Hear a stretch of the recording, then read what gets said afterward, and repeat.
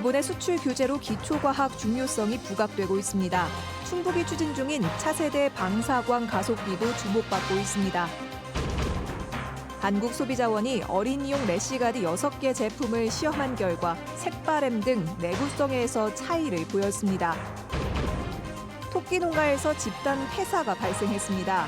아파트 공사 소음이 주요 원인이라는 도환경분쟁조정위원회 결정이 나왔습니다.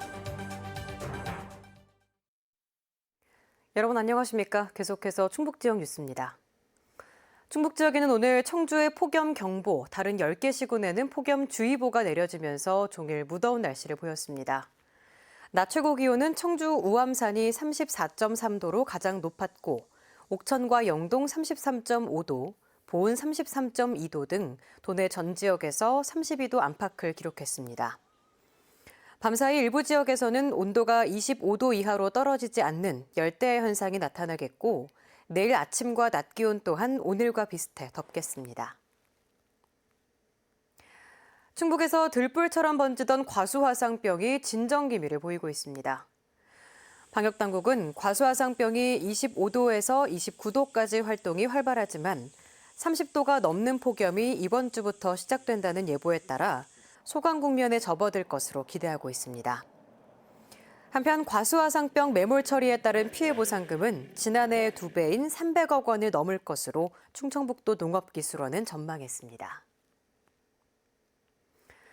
일본의 수출 규제가 지속되는 가운데 충청북도가 도내 기업체들을 대상으로 일본산 원재료 의존도 조사에 나섰습니다. 충청북도와 각 시군은 다음 달 2일까지 도내 2천여 개 기업체를 대상으로 원재료 사용 현황과 피해 발생 여부, 대체 가능성 등을 서면 조사합니다. 이와 함께 주조, 금형, 열처리 등 제조업 뿌리 기업들을 대상으로 간담회를 열어 어려움을 듣고 대응 방안을 논의할 계획입니다. 이번 일본의 수출 규제 여파로 충북이 추진 중인 중부권 차세대 방사광 가속기의 명분이 커졌습니다. 정치권에서는 한 발 더 나아가 예비 타당성 조사 면제까지 논의 중입니다. 신미희 기자가 보도합니다. 방사광 가속기는 전자를 빛의 속도로 가속시켜 태양보다 1억 배나 더 밝은 빛을 만듭니다. 천조분의 1초까지 순간 촬영할 수 있어서 원자와 분자를 들여다보는 눈에 비유됩니다. 2차 전지 선도업체인 오창의 LG화학은 배터리용 양극물질 표면 구조 분석에 이 방사광 가속기가 반드시 필요합니다. 오송신약개발지원센터도 단백질 구조를 제때 분석할 수 있는 방사광 가속기가 아쉽습니다. 바로 가서 찍을 수 있는 상황이 아니거든. 이미 가을, 겨울에 이미 다 예약이 다 꽉 차 있는 상태이기 때문에 일부는 일본에 가서 찍고 오셨고 일부는 또 아까 얘기했던 동료 과학자분들한테 부탁을 해서 포항 가서 몇 시간 이제 얻어 쓰는 거죠. 신소재와 신약 개발 과정에 꼭 필요한 핵심 시설이지만 가까운 일본, 중국과 비교하면 턱없이 부족합니다. 10년 만에 다시 방사광 가속기 유치에 나선 충청북도는 명분이 더 커졌습니다. 한국기초과학지원연구원 오창 캠퍼스와 손잡고 내년 4월까지 정부를 설득할 타당성 연구 결과를 내놓기로 했습니다. 정치권에서는 정부에 아예 예비 타당성 조사 면제까지 요구하기로 했습니다. 기초원천 기술을 진짜 선진국 수준으로 끌어올릴 수 있는 가장 필수 장비로서 방사광 가속기를 신속하게 확보하자. 기술 독립 선언에 대한 공감대가 확산되면서 10년을 끌어온 방사광 가속기 후속 투자가 충북에서 성사될지 주목됩니다. MBC 뉴스 신미입니다. 환경 분쟁의 대다수가 공사 소음일 정도로 소음 피해가 끊이지 않고 있는데요. 토끼 농가에서 집단 폐사가 발생했는데 공사 소음 피해를 인정해 LH가 배상하라는 충청북도 환경분쟁 조정위원회의 결정이 나왔습니다. 조미애 기자가 취재했습니다. 행복주택 아파트 공사 현장에서 70여 미터 떨어져 있는 한 토끼 농가. 이곳을 임대해 10여 년 동안 어미토끼 600여 마리를 키우고 있었지만 현재는 84마리밖에 남지 않았습니다. 농장주는 지난해 3월 착공한 아파트 공사 이후 집단 폐사, 사산 등 막대한 피해가 이어져 생업을 이어갈 수가 없을 정도라고 호소합니다. 진짜 하늘을 진동했습니다. 거푸짐 저거면 새벽 한 5시만 되면 그냥 그걸 내 던져가지고 토끼가 새끼를 잘 못 낳고 유산하고 유산하면서 어미토끼가 죽고. 교수와 변호사 등 전문가들로 구성된 충청북도 환경분쟁조정위원회는 최근 시행사인 LH에 7,900여만 원을 배상하라고 재정 결정을 내렸습니다. 현장 조사와 전문가 검토를 통해 60데시벨을 초과한 소음이 장시간 지속된 점, 토끼가 소리에 매우 민감한 설치류로 많은 스트레스를 받았을 것이라는 점 등이 인정된 것입니다. 농장주는 도환경분쟁조정위원회 법규상 1억 원 이하 한도를 고려해 9,500만 원으로 피해액을 신청했지만 위원회는 토끼 수명과 자연폐사 등을 고려해 5%는 제외했습니다. 60데시벨 이상, 80 이상 이렇게 나온 거죠. 그러면 60데시벨 이상이 이제 전달이 되면은 토끼한테는 상당한 피해가 오고 유산, 사산, 사망 뭐 그런 게 오니까 인정을 한 거고. 이에 대해 LH 한국토지주택공사는 주변에서 다른 공사도 이루어지고 있고 배상 금액도 예상치보다 커 받아들이기 힘들다는 입장입니다. LH는 중앙환경분쟁조정위원회 재정신청이나 민사소송을 통해 이번 결정에 대해 다퉈볼 계획이라고 밝혀 농장주는 또 하염없이 배상을 기다리게 됐습니다. 한편 지난 2017년부터 이달까지 도환경분쟁위원회에 접수된 분쟁은 모두 24건으로 이 중 공사장 소음, 진동, 분진이 16건으로 가장 많았습니다. MBC 뉴스 조미입니다. 출장 중 동료 직원을 성추행한 의혹이 제기된 청주시 6급 공무원이 직위 해제됐습니다.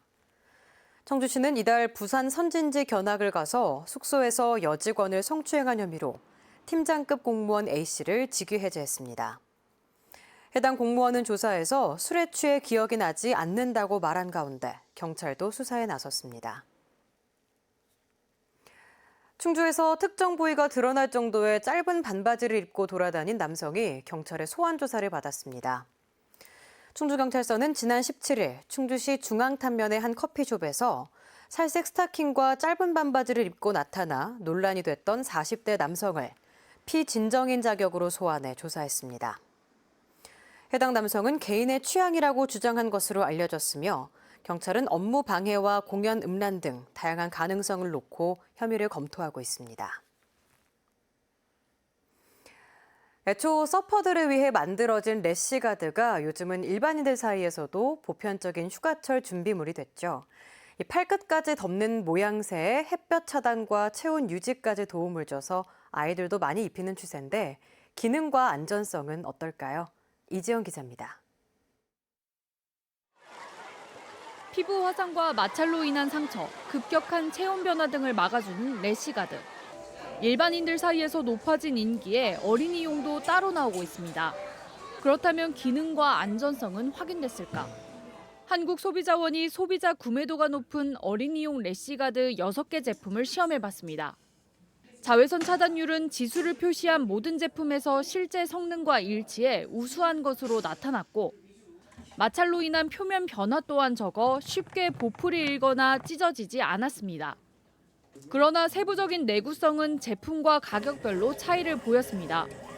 대체로 가격이 낮은 제품군이 햇볕에 강하게 노출됐을 때 색 바램이 있었고 수영장처럼 염소 처리가 된 물에 변화를 보인 제품도 있었습니다.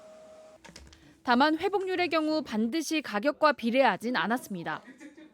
착용으로 인해 늘어났다 다시 원상태로 돌아오는 정도를 시험한 결과 가장 저렴한 제품의 회복력이 우수했던 반면 상대적으로 고가인 제품의 회복력이 낮았습니다.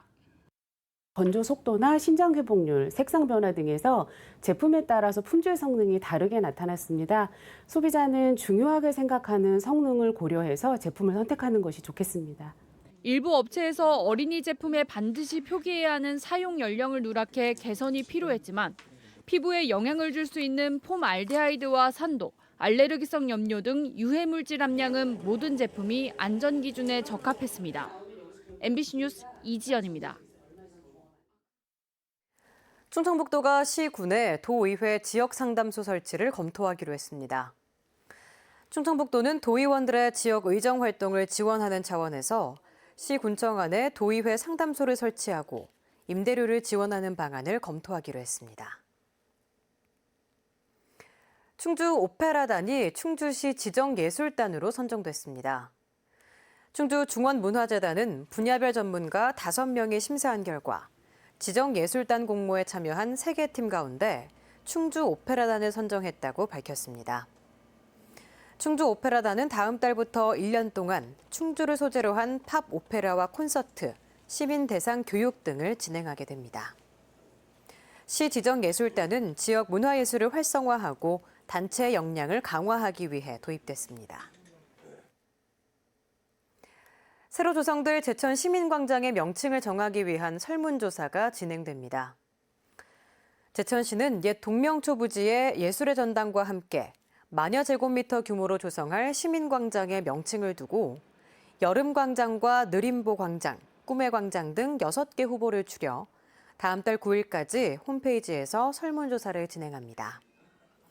제천 예술의 전당과 시민광장은 오는 2022년 완공될 예정입니다. 충북지역 뉴스였습니다. 고맙습니다.